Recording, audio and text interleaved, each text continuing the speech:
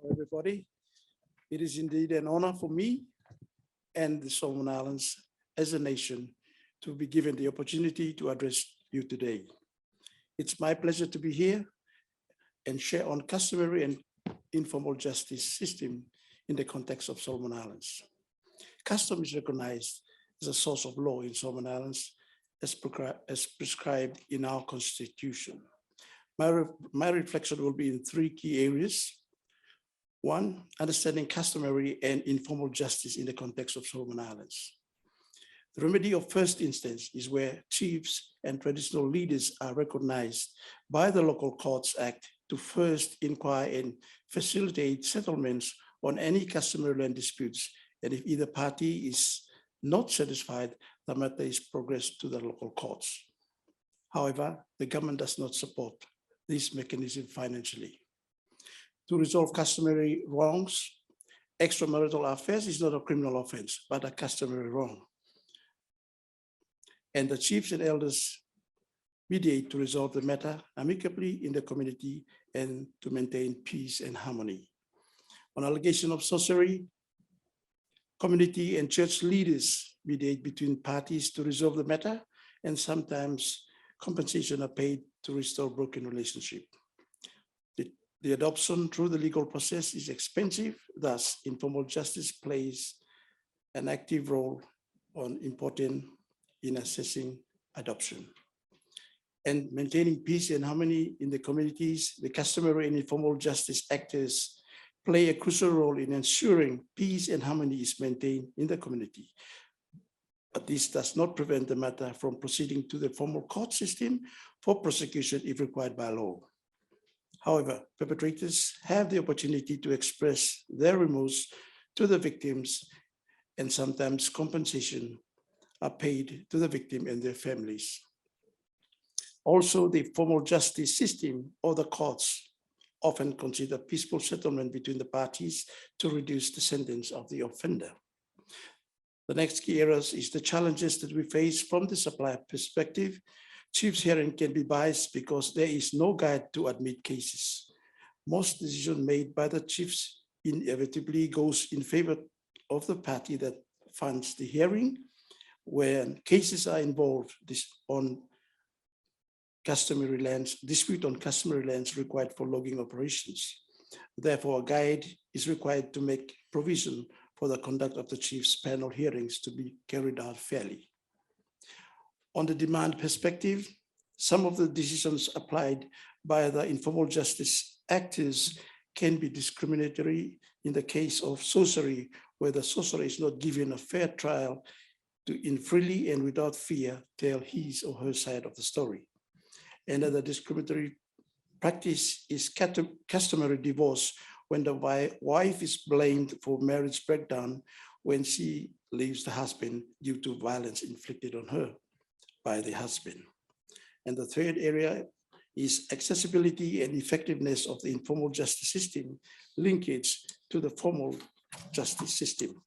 Solomon Island is made up of over 900 islands across 9 provinces, and over 80% of its citizens live in rural areas with limited knowledge of or access to justice services. This is due to systematic barriers and high transactional costs, both on community members and the formal justice system providers. As such, the informal justice system is crucial in maintaining peace, resolving disputes at the community level, and indeed work towards achieving SDG 16 on peace, justice, and strong institution, and SDG 5 on gender equality. The informal justice system must be supported to close the gap which has been exacerbated by the COVID-19 pandemic. People living in conditions of exclusion, discrimination, or entrenched inequalities are left behind. A UNDP Access to Justice study carried out in Solomon Islands in 2019 reveals that centralized formal justice administration reduces access to justice by rural people. Lack of connection between formal and informal justice system prevents proper handling of more serious cases. And because of this finding, the Ministry of Justice and Legal Affairs, and that is my ministry, which I looked after, with the assistance of the development partner, the UNDP, has deployed paralegal officers and community legal advocates to 4 provinces in the past 2 years as pilot project to raise justice awareness to our rural populace, work on collaboration with informal justice actors, supporting them in mediation of disputes and referring matters to the formal justice system. Because of the shortfalls experienced, the Tribal Land Panels Bill 2019 is expected to assist with the challenges and issues faced by chiefs in discharging their work. And the proposed Traditional Governance and Custom Facilitation Bill 2018 provides guidance in promotion and preservation of traditional norms, protocols, values, and practices.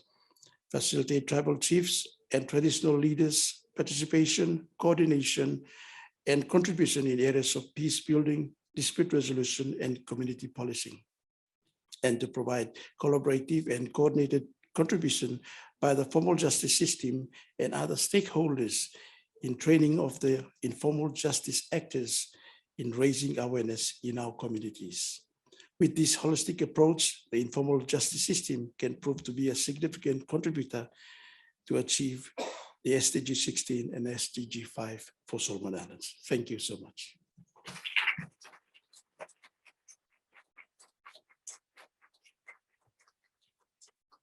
Minister Rohr, thank you so much for sharing your insights and this perspective from Solomon Islands. And in particular, I'm quite certain you're the person in the room that has traveled the furthest to be here. So thank you for joining us, and we hope to bring you back into the conversation. Let me turn to my colleague on my left. Dr. Maman Aminu Amadou Kundi is the president of the High Court of Niamey in Niger. Dr. Kundi, in the minister's remarks, he talked a bit about the relationship between formal and informal justice systems. Could I ask you to tell us a little bit about how that relationship works in the context of Niger, and in particular, how those different pathways to justice can be brought together in a more coherent way?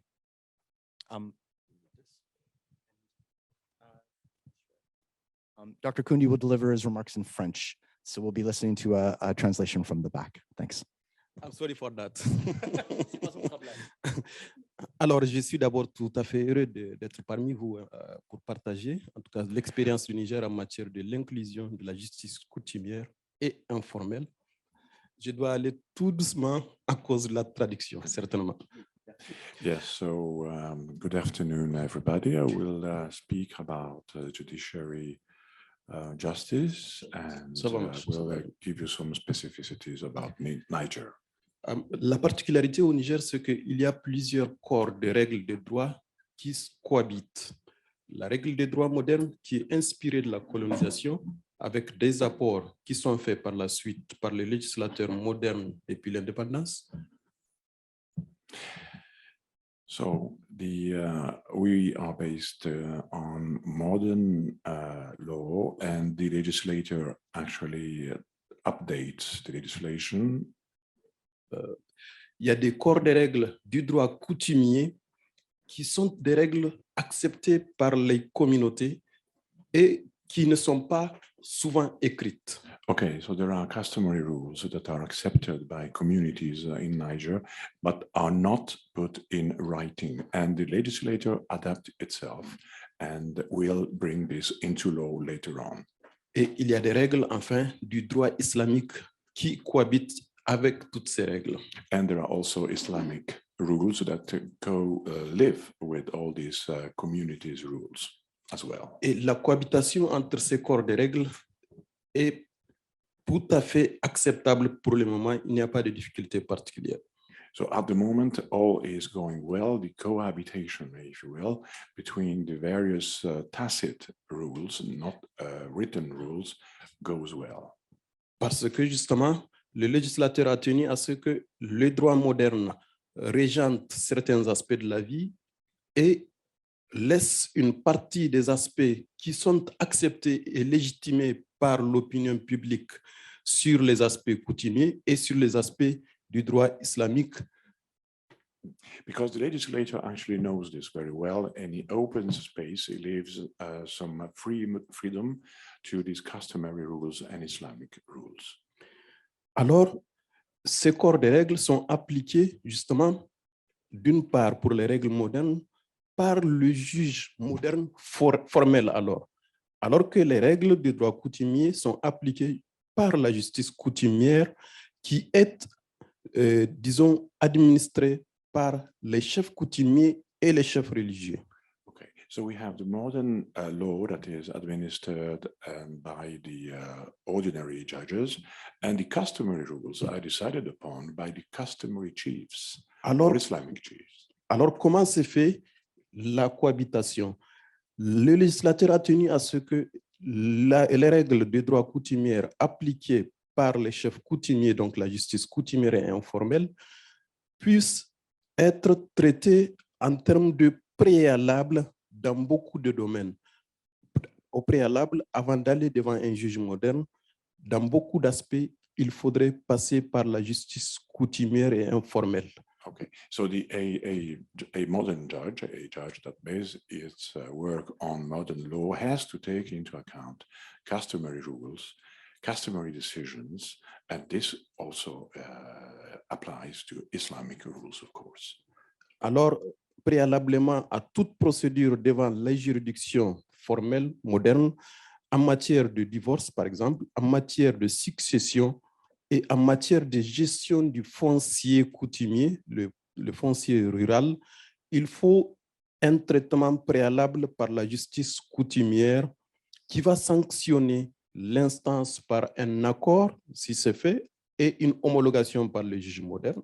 Okay, so Ou, for divorce, for divorce, succession, and land property matters, the decisions that have been taken by customary chiefs are a preamble, so have to be taken into consideration.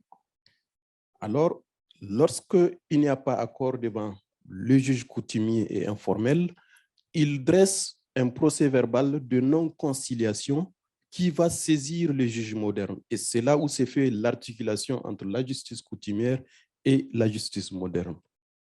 Okay, so the decision of the customary chief normally is homologated by the ordinary justice judge, but sometimes there can be a non-conciliation verdict, and that's where the modern law judge intervenes. Alors, tellement ça donne de très bons résultats que récemment, une étude conduite par Hill a démontré que 30% des litiges au Niger sont traités par la justice coutumière et informelle. So the results are so great that a recent research by HIIL has stated that 30% of all the controversies in Niger are regulated by the customary justice. Et ce facteur de légitimité que la justice coutumière tire est dû à plusieurs aspects. So this legitimacy that it has acquired has reasons behind. D'abord du fait que les règles sont des règles coutumières proches de la réalité des populations et non imposées par, quelque part, le législateur entre griffes. So first of all is something very logical. Customary rules apply better because they are closer to reality. These are not rules imposed by with a top-down approach. Ensuite, la proximité de cette justice coutumière, parce que dans chaque village, dans chaque communauté, il y a des chefs traditionnels et des chefs religieux. In each village, there are customary chiefs and one customary chief and one Islamic chief. Ensuite, son coût proche de zéro. And its cost is close to zero. Et donc, tout cela fait en sorte que la justice coutumière au Niger est une institution qui est partie pour vivre longtemps. Which means that customary justice will live forever in Niger. Et l'essentiel, ce que le législateur est en train progressivement de la prendre en compte, de prendre en compte certains aspects de ses faiblesses, notamment en lien avec l'approche JAR, en lien avec certains aspects de non-respect des droits procéduraux, notamment droit au procès équitable, et à les prendre en compte et à faire en sorte que ces dispositions-là puissent s'appliquer à la justice coutumière. Okay, but customary justice has its weakness. In particular, there is a lack of respect of procedures and a lack of equity or equality, if you want. And that's where the ordinary justice Lack can of taking intervene. account gender. Yeah. Okay. Et c'est cela qui fait en sorte que de plus en plus, les organisations internationales et les organisations locales interviennent pour soutenir la justice coutumière avec des formations, avec des activités, disons, de mise à niveau pour que ces justices coutumières-là puissent continuer à, disons, donner la possibilité aux populations de recourir, de régler leurs problèmes devant ces justices coutumières. As the population is used to have the customary justice in action, international organizations and local organizations try to update the customary justice system, if you will. Alors, en résumé, la justice coutumière au Niger, elle est fondamentale pour la gestion de tous les conflits qui tiennent compte de la, disons, des aspects locaux. Et l'État est en train de faire des efforts pour que cette justice coutumière soit prise en compte par les règles de droit moderne en lui apportant l'aide et l'apport nécessaire par les législateurs. Voilà ce que je voudrais dire. Je sais que le temps est très court, mais voilà. So to recap, customary justice is essential in Niger. We can't do without it. But the state, through its modern law system, modern justice system, helps to update the customary justice in order to attain the objective of the state judicial system. Merci beaucoup. Thank you very much. Dr. Kundi, thank you so much for that. A very rich description of quite a unique hybrid system in the context of Niger. I know a few of the donor representatives in this audience, and when you said the cost was zero, I saw some eyebrows go up. So I would imagine that we'll come back to that. But speaking of donor representatives, our next speaker will be Mr. Achamya Hansen from the German Federal Ministry for Economic Cooperation and Development, where he is the deputy head of the governance section. So we've heard from the perspective of an elected official, of a judicial official, from the perspective of a donor. When you're listening to these systems described in detail, when German development cooperation is looking to support the rule of law and justice systems in countries like Solomon Islands and Niger, what are some of the major challenges that you're still facing, some of the biggest questions that you still have about how to engage with those systems? Well, yes. Thanks a lot. And it's really been inspiring to listen to the presentations of both of you to show what works.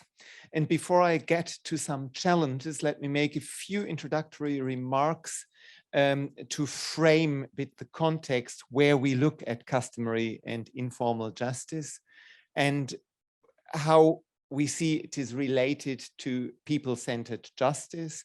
People-centered justice being perhaps the word or the notion most used these days in this forum, and for good reasons. We consider people-centered justice as an objective. And we, as donors, looking for best ways how to contribute to promote rule of law in our partner countries. We first think that to reach this objective, formal justice systems are and remain important. At the same time, we see the reality in many of the partner countries, and we realize that in many contexts, the formal justice systems, while they are very important, they are not sufficient to meet the demands of the needs of justice seekers. And that against this background, it is extremely useful to look at informal mechanisms in order to complement the formal justice systems. We see the potential of informal mechanisms, and some of these potentials and the advantages have been very elaborately outlined in both your presentations. The proximity, the lack of some barriers, social barriers, cultural barriers, language barriers, where customary and informal justice can make justice much more accessible than formal systems, especially to marginalized groups. So this being the potential, we look, of course, at challenges at the same time, and this is what Michael asks me to outline. We see one challenge which is common to all different kinds of informal mechanisms. And I would frame it with the overarching question of what is the link between these informal mechanisms and the formal justice system. It's been very inspiring to get to know how it works in your countries, and that obviously in the Solomon Islands and in Niger, a lot of thought has been invested in how to link them. But I mean, we are not talking about the two countries where obviously a lot of work has been done on that. If we look at all potential partner countries of our development cooperation, I'm not sure that this question of the link between formal and informal systems has been answered everywhere in such a convincing way. And there are some questions or sub-questions, if you wish. I want to specify that link, the question of the link. The first would be, which substantive law is applied? Is it the same in the informal systems, informal mechanisms, and by the formal justice system, or is it different substantive law that is applied? Secondly, how do we define cases that the informal mechanisms deal with and others that are reserved for the formal justice system? Do we distinguish between criminal law on the one hand, civil law on the other, or are there certain thresholds to be defined? Third question, in which circumstances the losing party is allowed to challenge a decision made by the informal system in the formal system? And fourth, how do we avoid that the formal justice systems are weakened or possibly in some way delegitimized by strengthening informal systems? Well, all these four questions, I would sum up these questions by saying, well, the link between the two systems, informal and formal, needs to be clear, needs to be defined. Well, all this being a challenge for all informal systems, I would want to add a few points where we believe that we need to distinguish between different kinds of informal justice mechanisms. I mean, all of you are aware that when talking about customary justice, this is one very important pillar of informal justice, but it's not the only one. Looking at others, there can be other mediation mechanisms. There can be even innovative approaches with private sector justice providers. And I would want to lobby for a distinction between these different kinds of informal mechanisms, because the challenges might differ. Just to tackle some challenges that we observe as donors, that is the challenge of respect for human rights, in particular the equal treatment for women, children, and marginalized groups. This can be a challenge in customary mechanisms, but it can also be a challenge in very modern mechanisms like IT-based systems, looking at who has access to the internet, who is familiar with how to use these systems. So in other words, to say human rights aspects do not only come in when we look at customary systems, but we should have them in mind in general. And there, for a donor, well, somewhere there is a red line, as you can imagine. When it comes to fundamental human rights standards, that would be bypassed by one or another of these informal systems, we are not in a position to be able to support that. But this should not sound negative, because there are definitely ways to mitigate and minimize such risks. Just to give an example from Bangladesh, where we are a donor in a system where a village court justice system has been established. And at the beginning, the jury, so to say, or the village court was composed only by men, which, at least in the case where a woman was one of the parties, was not what we expected, and what the partners in Bangladesh also recognized as not being optimum.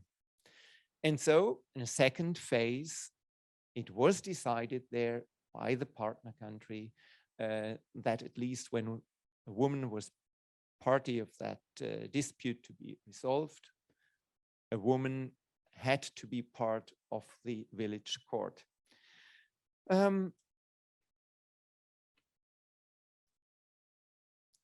Let me add one, this human rights challenge is well known, I think. Let me add one more challenge, specific, probably less to the customary systems, but to systems where private sector justice providers are involved. And that would be a challenge of a completely different kind. How do we make sure that in such systems, profits that private sector justice providers aim at do not impact the application of the law?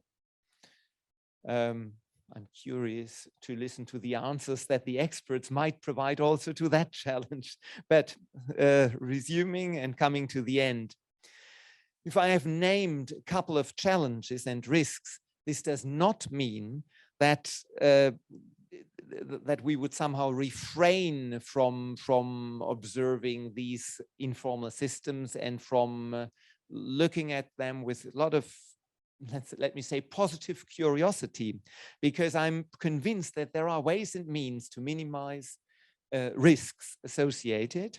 And if we succeed in doing so, the informal mechanisms can play an important role in complementing the formal mechanisms and in helping us to deliver people-centered justice, being the objective, as I mentioned before. Thank you.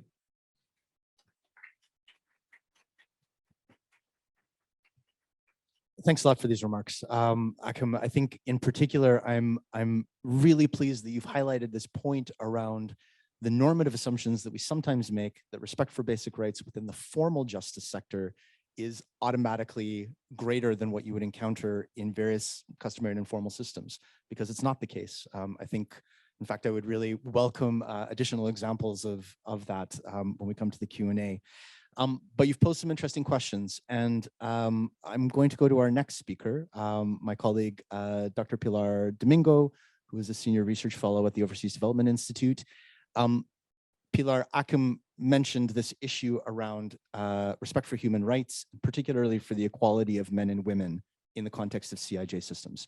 So can you tell us briefly, what do we know about what works to enhance the agency and leadership and respect for basic rights of women in the context of CIJ systems?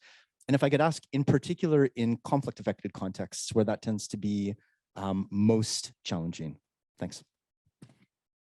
Many thanks, and many thanks for these introductory presentations, which have really laid out the map and mapped out the terrain of the challenges of what people-centered justice looks like across the range of justice systems that we are grappling with, ranging from the formal to this very, very, very broad category that we call customary informal justice mechanisms, and where actually the boundaries between the formal and the customary are much more blurred, and these are overlapping and interdependent, overlayered systems of dispute resolution that live with varying degrees of complementarity or tension.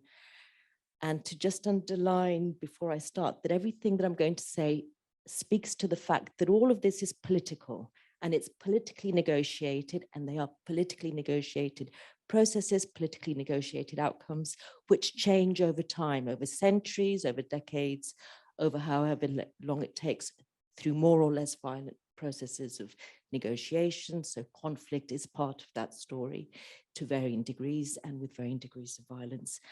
And where we all experience these processes very, very differently.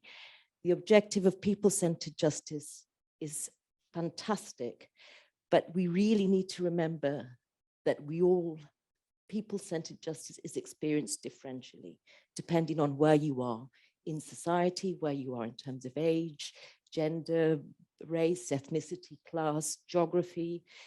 All of these things are going to affect our experience of people-centered justice, and that inequality, the fact of that inequality needs to be upfront from the start in any discussion about formal, customary, informal, the broad range of systems. And so in asking the question of what works, we need to start with that assumption. So I want to, first of all, unpack a little bit more the question of what works specifically in relation to customary and informal justice, but situated against this broader backdrop, and then reflect a little bit on what this means and what this looks like in relation to conflict. So the question of,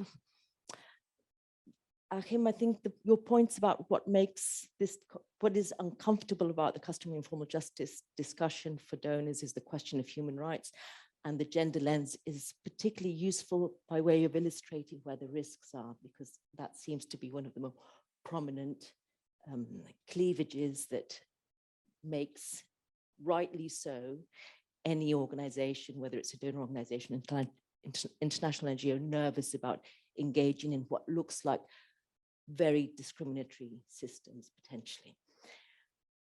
But again, going back to the fact that we all experience inequalities, all systems are experienced unequally, and formal statutory justice systems, even if in substance they may incorporate gender equality in all the human rights norms, in practice, the process of dispute resolution, the experience of adjudication, probably in most systems is experienced in gender unequal ways.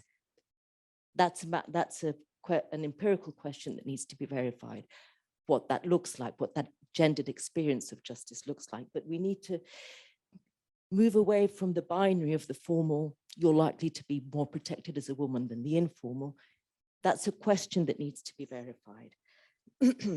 And it may help further to unpack the question of what works further into two categories, the question of process and the question of substance. And I think, Achim, you alluded to that, and it's come up also in the other presentations, where in the process questions, we need to really make visible and explicit the gender biases, not only in the formal component, but in the actual practice of adjudication that is experienced, and to unpack the actual rules of decision-making, the formal ones, the customary ones, but also all those informal spaces which reflect personal biases, collective biases, that the decision makers will inevitably display, whether it's through complicity, capture, or just basic gender norms, broader socionormative gender norms that are reproduced and replicated through our conduct, including unconsciously so.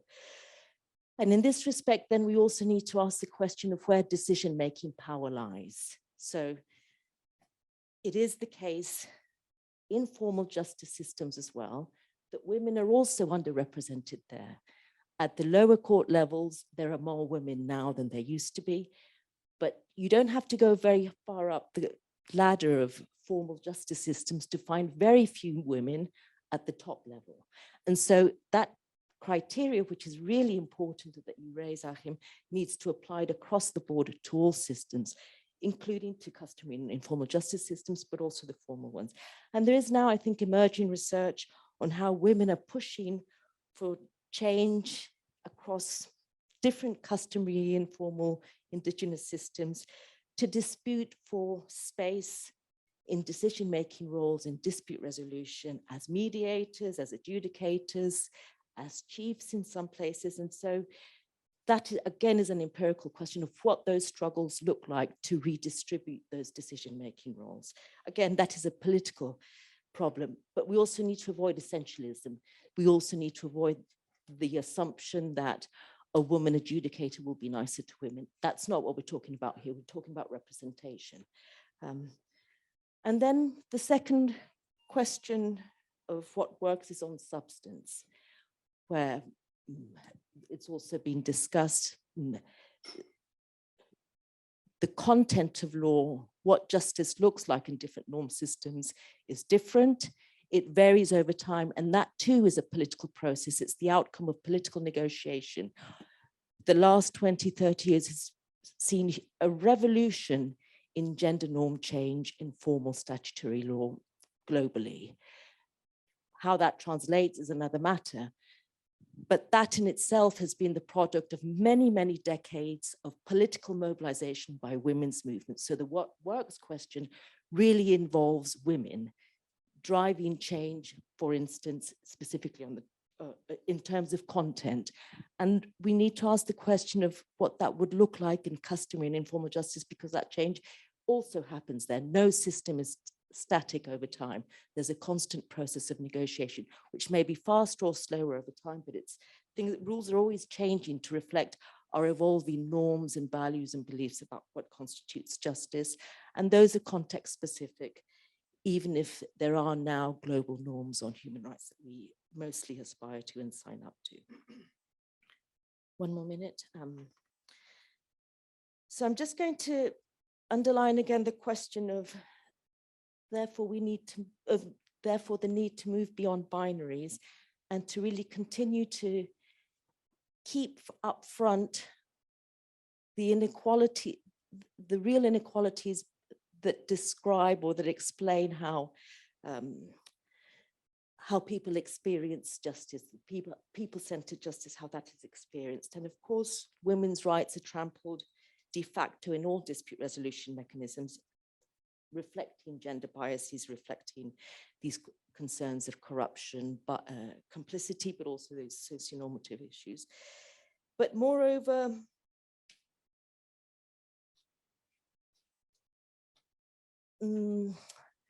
just thinking about evidence that's very clear about the fact that, for instance, Indigenous women in Guatemala face huge amounts of discrimination when they try to access the formal system. And that needs to be as critically the concern of donors as is the case of the discriminatory elements, of course, of which there are within customary justice. These are empirical questions that need to be verified through research, and we need much more of it, including in terms of how change happens. There's more that I could say, but I'll stop there. Thank you very much.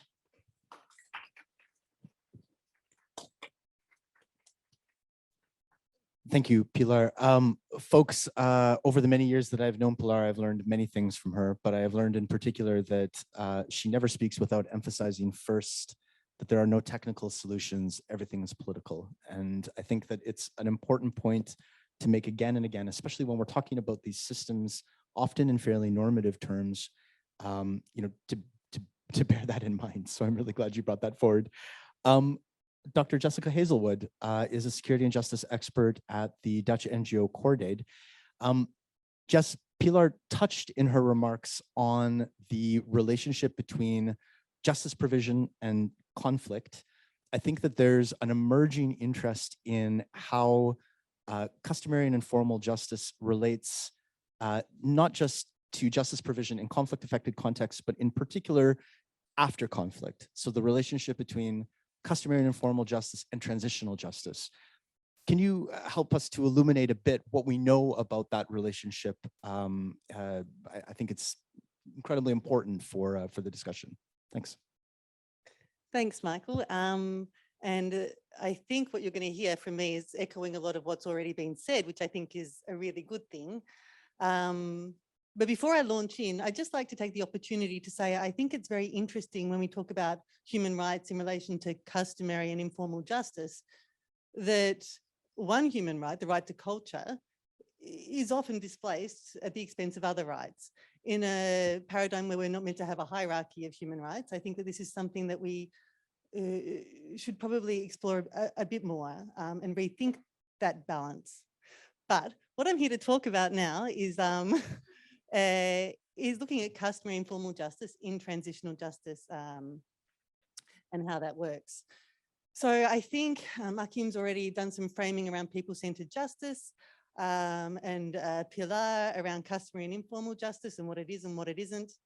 So I'm deliberately avoiding making any kind of definitions. I don't think it's helpful, and I think sometimes it can paralyze innovation and moving forward. So in as much as I think I would frame or I would place customary and informal justice as a means to achieving people-centered justice, one means to achieving. So, and I think I can completely echo what you've been saying, but for me, I see it as people-centered justice as switching from institutions to people's needs. So I think we already talked that customary and informal justice forms the bridge for many people to remedying unmet justice needs. So transitional justice, this is like I think the last, or since it came on the stage, it's been dominating a lot of discourse around rule of law, human rights, democratization, nation building, and it's a really exciting field. And when we're talking about customary and informal justice within transitional justice, and for those, I think most people here would have an idea about transitional justice, but for those that don't, I'm really trying not to define anything, but broadly speaking, it's judicial and non-judicial mechanisms to address legacies of massive rights abuses. So customary and informal justice within this framework, it's not new. And it's been happening to deal with legacies since we started talking about transitional justice.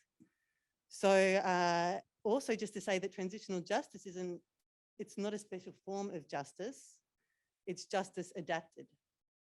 It's adapted to the unique conditions of societies undergoing transformative or transformation away from a time where human rights abuses was just a normal state of affairs. So it can be formal and it can be informal. It can be top down, bottom up, state-centered or grassroots. So Diane Orentlicker, she was the former UN independent expert on combating impunity. She actually wrote, given the extraordinary range of national experiences and cultures, how could anyone imagine there'd be a universally relevant formula for transitional justice? And I guess the resistance to such a reflexive template approach to transitional justice in favor of a more people-centered approach lies at the heart of working on local or customary informal justice within the transitional justice context. So employing relevant informal justice mechanisms within communities affected by mass atrocities can provide redress to victims or create or enhance opportunities for transformation of the conditions that may have been at the root of the abuses. And how that happens, I think needs to be really victim-centered and led by the community itself. While the goals of formal transitional justice keep extending, it was initially quite narrow, legalistic, pragmatic. interventions to aid democratic transitions. Now formal transitional justice, it's charged with just about everything you can imagine: end impunity, re-establish rule of law, improve human rights, strengthen democracy, halt mass atrocities, promote reconciliation. I think it's safe to say that informal justice systems, they're, I think, more humble in their aspirations. And I think if we're looking at it in a way that it's really promoting some sort of social order through reconciling parties. So what's clear and what overlaps, I think, between the informal and the formal is this idea of reconciliation. So if you look at the formal transitional justice, it's more national focused. Whereas the informal or the local, you're looking more at intercommunal or inter-community or intra-community reconciliation. So what this really clearly states is that we need a parallel effort to really redress the social contract that's been broken. So that's the social contract both from a horizontal and vertical perspective. And I think a lot of the time we miss the horizontal aspect of the social contract being broken. So localized transitional justice, or looking at customary and informal justice within transitional justice, it can take many forms. There are experts in the room I see here who have done a lot of work on local transitional justice. For example, memory initiatives in Guatemala, spirit healers Magamba in Mozambique. And again, it's going to vary depending on what's needed in the specific context. And how it serves, I think we've already had discussions about, the formal to the informal and how that looks. So again, there's no template approach. It can, like localized or customary informal justice within the transitional justice framework, it can function in multiple ways. It can be a temporary measure until maybe a formal mechanism is established. Or maybe it gives the National Truth Commission some local legitimacy. It offers, like this localized approach, it offers opportunities and advantages. It has greater capacity and legitimacy than national justice systems sometimes, and also internationalized mechanisms, and it can be more responsive to local needs. How am I going for time? Yeah, I'm all right. Also, I think it can be better for victims to get some measure of restitution. And further, it may be better at understanding the nuance surrounding local violence, empowering local communities vis-a-vis state structures that were only recently used to commit gross human rights violations. There are several factors influencing the development of local transitional justice approaches. The recognition that transitional justice can't work without local ownership, including community participation. Stakeholders are looking for more efficient, less costly justice mechanisms than internationalized tribunals and national trials. The local offers a far more efficient, offers less state-centric forms, which is a nice alternative. The informal justice system or approach in transitional justice offers less state-centric forms of transitional justice, which is a nice alternative given the inability or unwillingness sometimes of many states to engage in meaningful accountability. So I think what we can see, transitional justice, I think there are attempts and there are movements by really innovative, incredible organizations who again are in this room to make it more people-centered and make it more responsive to the needs of victims, taking into account their cultural values and also the informal institutions that already exist. Now, as Pilar, I think, rightly reinforced, it's not a panacea. It's one tool on the justice spectrum, but it's an important tool. And if we're talking about people-centered justice, I think it shouldn't be overlooked as a means of achieving it. And as such, I think we need like parallel investment. I'm not saying necessarily funding, although that would be nice, but investment in resources, investment in research to work on it. Thanks, Jess. So we're talking about local processes, but this was big picture. And for our next speaker, we're going to move to a much more a much more narrow focus. Can I just ask, Jacqueline, are you still there? Can you hear us? Joshua, is Jacqueline still there? Okay. Yes. If Can you hear me? Jacqueline, can you hear us? Can you hear me? Jacqueline, are you there? Yes. Great. Folks, Can you- Jacqueline Nzoyahera is a gender and human rights expert with UNDP. Jacqueline, we can see you and hear you loud and clear. My question for you is, for governments and donors alike, a key question is often where CIJ systems sit in a broader panorama of justice provision. In particular, we'd be interested to hear about the specific experience of the alternative dispute resolution centers in Somalia that you have been involved with. So the floor is yours, Jacqueline, if you can still hear me. Thank you. Thank you. Can you hear me? Yep, please go ahead. Perfect. So I'll be sharing with you our experience here in Somalia with alternative dispute resolution. So they had become an increasingly attractive route for dispute settlement here in Somalia because they engage both parties, are owned and well understood by the communities and the people. So the establishment of and support to ADR centers has been significant activity undertaken by UNDP and IDLO as a way to increase access to justice. The federal government of Somalia adopted the National Alternative Dispute Resolution Policy in 2016 to support and strengthen the existing ecosystem with the intent of striking a balance to empower Somalis' rights and preserve current social political systems and cultural traditions.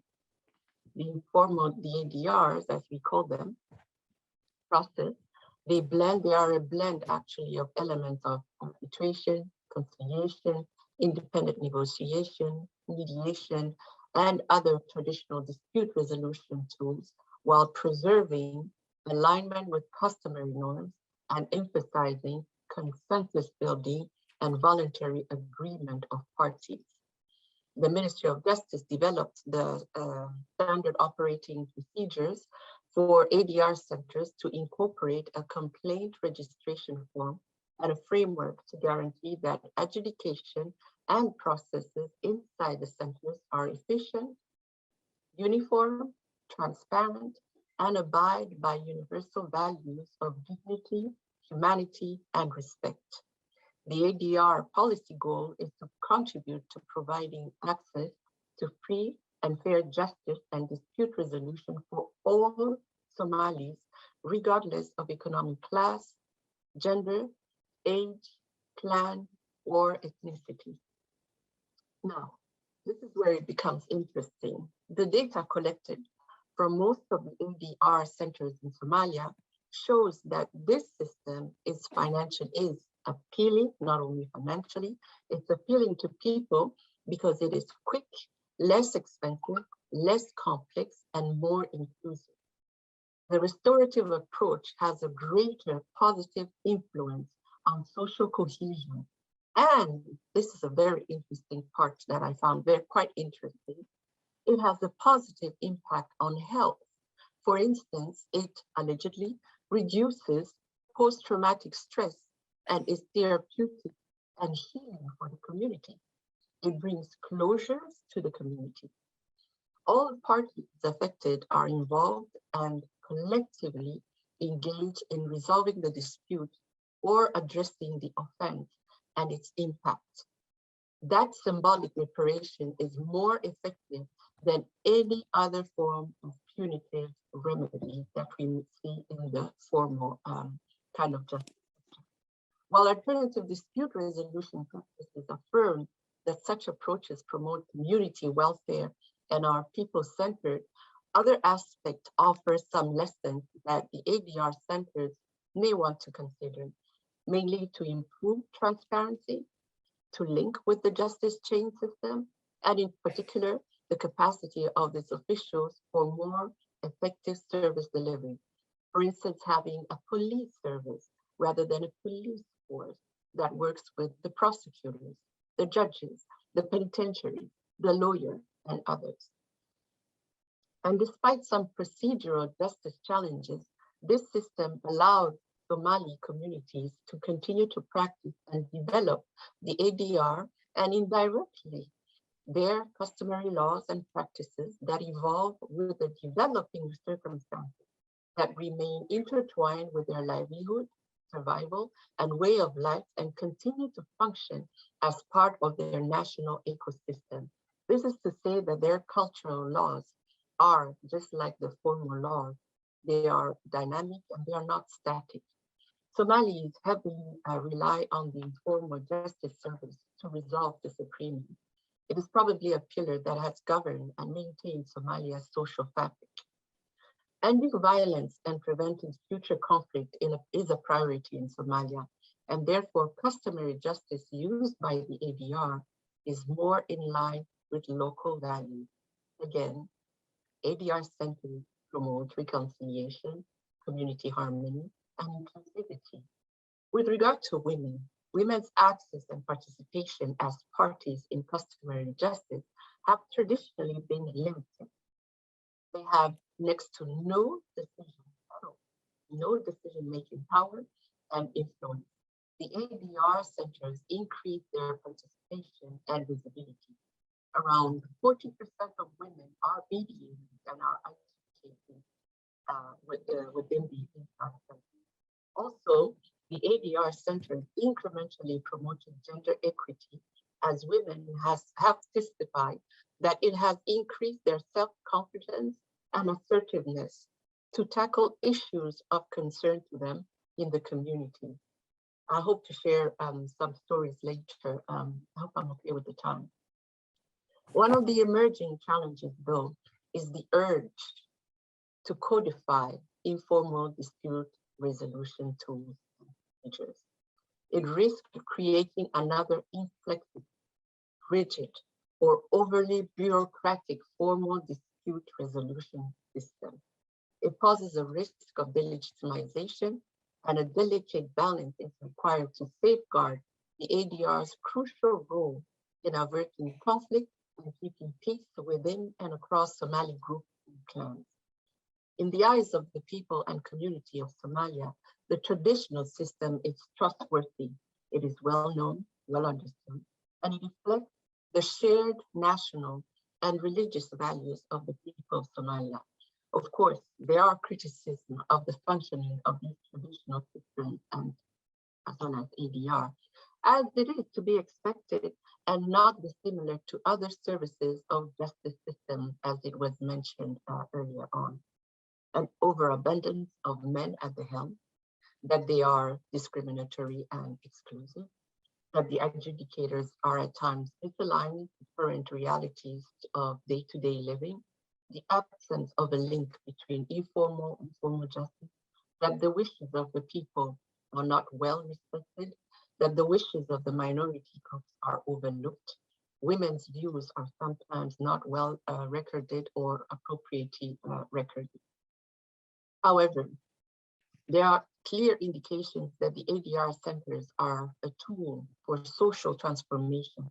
Some of the elders stated that they have changed and behaved differently since they were exposed to the ADR tools. Now, to conclude, we're seeing global trends where informality, curiosity, and restorative approaches, particularly in labor, commercial, family law, equity, and related work, where arbitration, mediation, and negotiation tools used by the ADR centers are seen as a faster and more efficient way of settling conflict. Thank you for your attention. Thank you very much, Jacqueline. Actually, folks, before you come back to your seats, let me just ask, do we have Habiba Osman, or shall we skip? Skip. Okay, great. So then actually I will welcome you back to your seats. Just to say very quickly, it's such a pleasure to hear from Jacqueline, because my organization, International Development Law Organization, also collaborates in the delivery of these ADR centers. It always brings a smile to my face. It's a hugely innovative program, so very glad that we were able to feature it here, and I hope that we'll hear more about it. We have a couple more speakers to go. I promise that we will have time for Q&A. When we talk about the perspective of both donors and governments, one of the points that we hear very often is that the available evidence and data on customary and informal justice is inadequate. I would challenge that, but I think that it's a point that we hear again and again when talking about the role of CIJ systems in regard to realizing justice for all. So with that question in mind, it's my pleasure to introduce Victoria Walker, who is Assistant Director at DCAF and head of the ISAT team. Victoria, talk to us a little bit about what we do know about the availability of evidence and data on customary and informal justice systems, and where might be some of the gaps and how those can be addressed. Sure. No, thanks very much, Michael. And firstly, to say it's a huge privilege to be part of this panel. And if I look around who's in the room, it's also a huge privilege to be part of this overall discussion. So why is there a gap for governments and for donors? I mean, is this because the evidence and the data doesn't exist? Or is it because we're not actually harvesting the data that does exist and translating that into a form that can naturally input into government and donor decision-making and planning systems? Now, we've heard quite a lot in the last few days about the importance of data and how to gather data in the context of the SDGs. And of course, that is a fantastic framework for influencing policy, for influencing programming. But I think it's fairly true to say that the aggregated data that's required to report on the SDGs is not there really when it comes to customary justice. But that doesn't equate to an absence of data. This is when we must start looking at the micro level. And this comes through activities such as the routine monitoring of programs, the sort of baseline assessments that are being done, action-oriented research projects that are being done.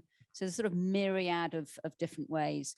And this data does exist. And I just, I can just draw from some of the sources. For example, we've used a DCAF in addition to sort of specific studies undertaken. In DRC, we use data extracted from UNDP, really regional reports and alternative dispute mechanisms. And you've just heard the fantastic work that Jacqueline's doing. There's a huge amount of data that was just shared there in her intervention.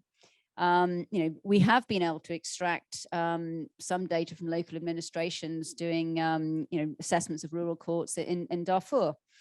And also then you've got access to, if you just look at the booths that we've got at the World Justice Forum, there's a huge number of organizations there that are in their own way collecting data. But I maybe sort of, highlight the caution raised by Atene Odiambi in the last presentation, if you were in the forum, about, we need to make sure we give back to these organizations as well when we take the data. But we're still left with challenges on how to sort of translate that. Now, the data is very localized. It's also very fragmented. And there's no real kind of systematic way to scale this up and move from small data that's really oriented around programming to big data that is aimed around informing development action and policy at the national and international level. So just to highlight sort of 3 specific obstacles to this. Firstly, small data really is characterized by heterogeneity. We derive this from multiple sources. It's inherently varied and multifaceted. And then the interpretation and the understanding of that data is very much linked to the sociocultural context from which it's being collated. Second one, and I think this picks up on the point that Pilar was driving home actually as the opening remarks to her points, the political will. And it's the political will and the organizational capacity to engage with customary and informal justice systems really does remain limited, despite this being so central to the lives of many people. And what you can start to observe is that from a national perspective, I think the aggregated data is really only accessible when there are countries where customary justice is linked with formal justice. And it's super interesting hearing about the experience of Niger and the possibilities of actually exploring there further. Because it's far from the norm. Let's be honest on this. I think you're pioneers in that area. But when it is present, it tends to be on the supply side, not necessarily based on the experiences of those people who are dealing with their justice problems outside of formal institutions. And then from an international perspective, it's really quite telling that if you look at donor-produced literature detailing policy approaches to working with non-state justice actors, there's a lot of reference to how this is important, and there are often references to sort of definitions or terms, but that's often the only information that is provided. And I think this information gap really is reflective of the sort of the unease that is often seen in donors when confronted with non-state justice providers. And again, there, Germany, it's really nice to hear the sort of where you are on the journey, engaging in that. Thirdly, I mean, even when there is data collected, the conclusions tend to be presented as zero sum.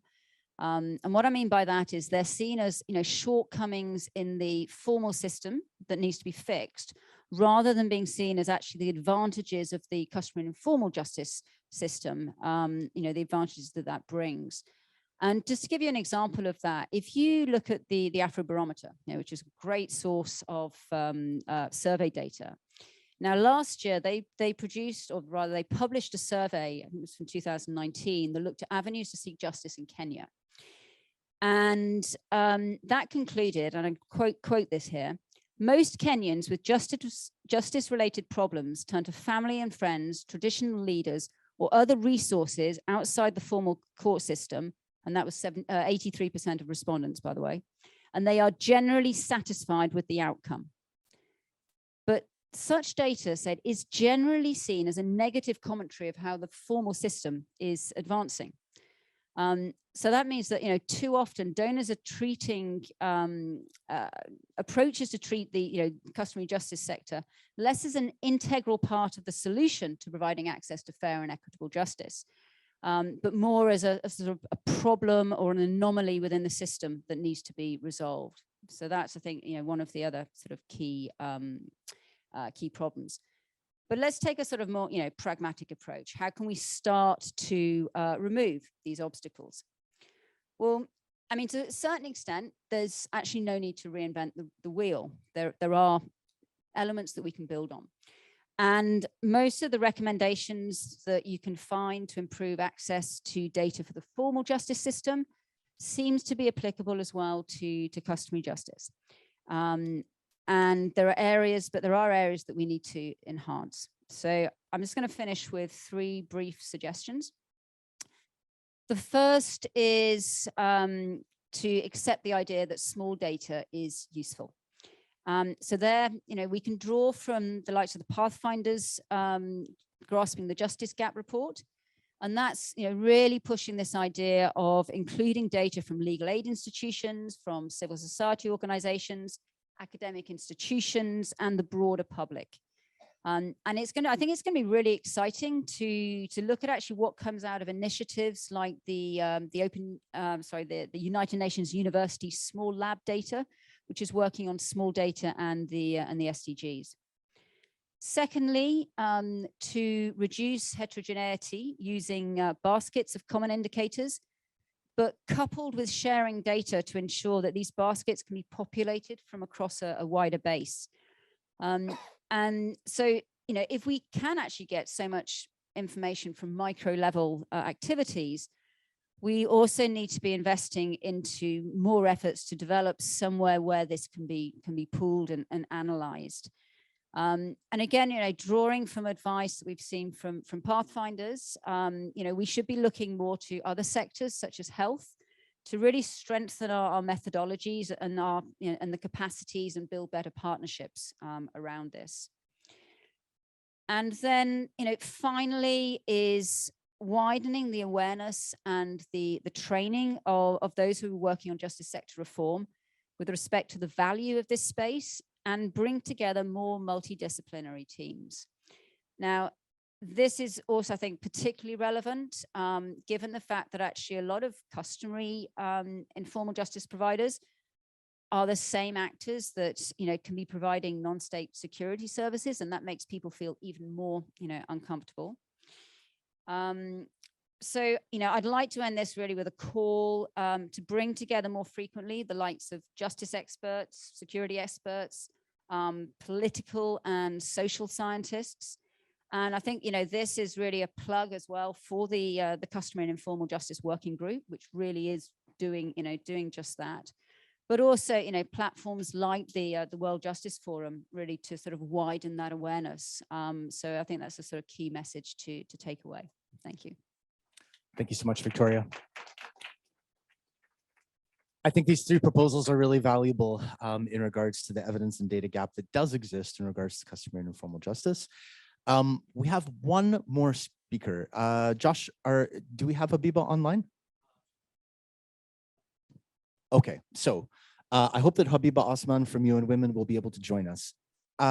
Folks, I am desperate to hear your voices, and I am so sorry that we have not left much time for that. But my colleague Victoria here has a microphone. If you would like to raise your hand, I am going to maintain a speakers list. So I've got the three folks, the two friends here in the front row, and Fabrizio. We'll start with those three, and please keep your hand up. I'll note it. Thanks. Thank you very much, and thank you very much, our panel, for educating us that much. I was interested to know from Dr. Amadou the interface between customary and Islamic systems. So do you have three systems, what you call the formal, the customary, and the Islamic? I don't think we have time for all of that, but you can point us to links where we can go and read more about that. And then you said the cost of the customary is next to zero. Is it zero because they are taken care of by the state, the costs, or as it is in the case of many other jurisdictions, imagined as no need for costs there? Whose job is it to link the formal and the informal? Data shows that the informal are important, even if somebody's attempting to say that it doesn't. Which laws are applied in the informal? Which cases does informal deal with? Appeal mechanisms of the informal. I think these are opportunities for us to do more research, for us to look deeper into these, for us to understand them more. And they pose even more challenges because, for example, if you just took Uganda, where I come from, when we talk about customary, there are so many. We're 56 different ethnic groups, and each of these has their own. So that we couldn't even possibly call them just customary. They are distinct, they're different.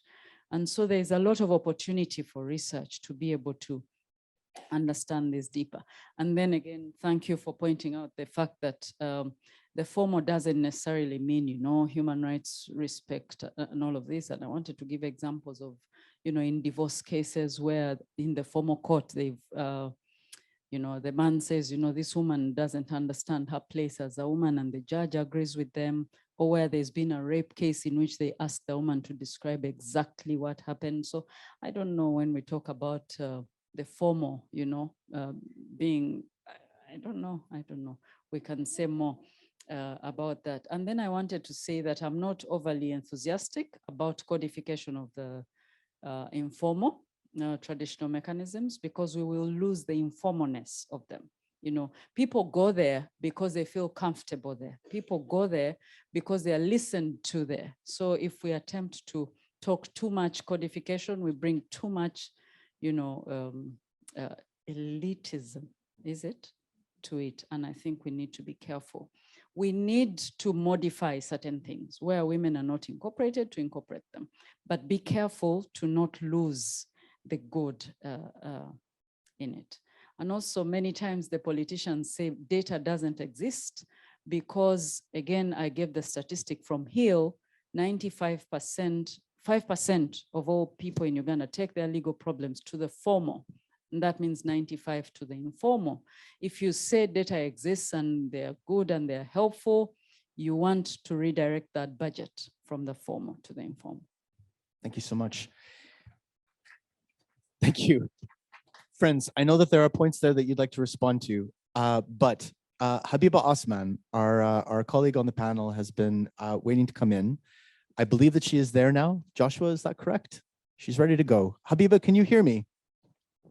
Yes, I can hear you. Fantastic. Can you hear me all? Oh, Habiba, we're so Yes. glad to see you. Thank you so much for joining us. Habiba Osman is Executive Secretary of the Human Rights Commission in Malawi and a consultant to UN Women.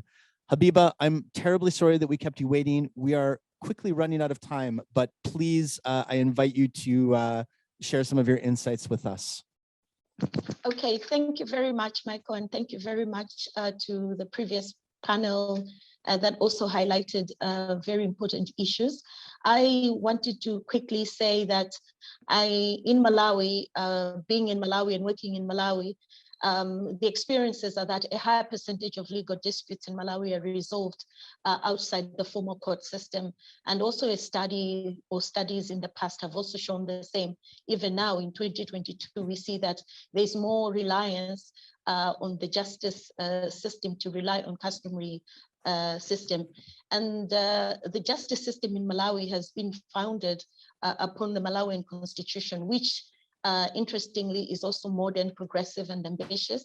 And basically it lays out also a comprehensive set of human rights laws and a number of independent institutions to assist in securing the same, including the Human Rights Commission. However, what is more importantly, the informal justice system is recognized as customary law. And so this is generally what is applied by the traditional authorities, who are the chiefs. And although there are some variations, but based on knowledge and attitudes of particular provisions of statutory law and the constitution, it is worth noting that the formal court system is regulated by several written laws, whereas from the constitution, whereas the customary justice system has limited regulation. As such, we find that the system provides many benefits, including affordability, flexibility, among others, as well as cultural relevancy. And this in turn provides a high level of trust within the communities to access a customary and informal justice systems, which contributes to really an enabling policy environment. So recently, for example, the government and parliament within the review of the Customary Land Act recognized the role of traditional leaders, for example, to oversee the management of customary land, in particular the formal court system. So when cases happen within the magistrate system, they are referred, the disputes are referred to the customary land or to traditional leaders who work on the same. Coming to the issue of how this works, I believe that with our work and my work, especially with UN Women, it's mostly, to anchor the traditional leaders, customary chiefs, to settle disputes within marriage and family law matters. But more importantly, we've seen this transformation and innovation of traditional leaders, especially female ones like Chief Kachindamoto, who has annulled over 2,000 child marriages. She's from one district, and her work really has been replicated in other districts as well, because it has been seen to be a transformative and has also led to other chiefs to copy her model of really annulling a child marriage. So even in 2016, thereabouts, we saw that, amongst the 2,000 chiefs that Malawi had, they ventured into an advocacy campaign where they assisted really in moving a motion to push the age of marriage, as well as to have the constitutional changes around child marriage. And as such, in 2017, we saw the Marriage, Divorce and Family Relations Act. But the advocacy really started with the chiefs, particularly the female chiefs who were pushing for the same. So her work has been recognized regionally, but also even in the country, because it has helped to really promote the girl child, but again, also to dismantle, SGBV and the practices that have been prevalent in the work. So the work of the chief has been transformative in terms of advocacy work on legal reform, as well as accelerating efforts to eliminate violence against women and girls and other harmful cultural practices. So I do believe that the strategy of engaging traditional leaders really is very important. It's an it's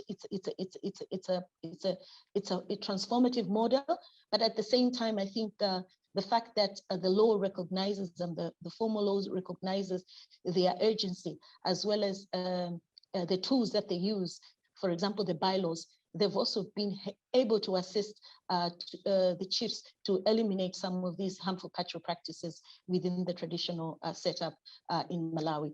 So that's what I wanted to say, but you're seeing that now even the male chiefs are copying Chief Kachindamoto's model in terms of addressing other issues like school dropouts, pregnancy, teenage pregnancies, etc.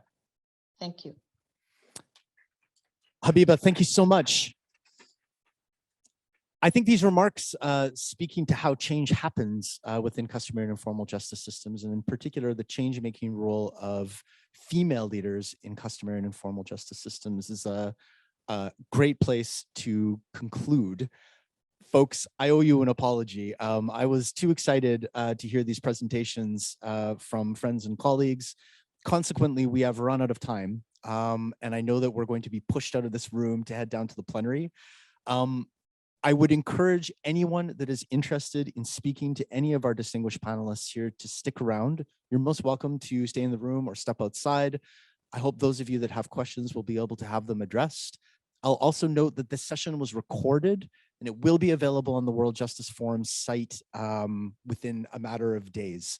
So you should be able to see it. And if there's any interest in follow-up, you're most welcome to contact IDLO or any of the other co-hosting partners. Very quickly, big thank you to the 8 co-host organizations on behalf of the working group. Special thanks to ODI and Cordaid for logistical and financial support. Thanks to all of you for joining us today. And I hope that this is just the beginning of a rich dialogue around the role of customary and informal justice when it comes to SDG 16+ that will continue both at the forum and beyond, particularly leading up to the SDG Summit in 2023.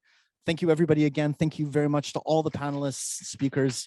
Really appreciate it. Thank you for your time.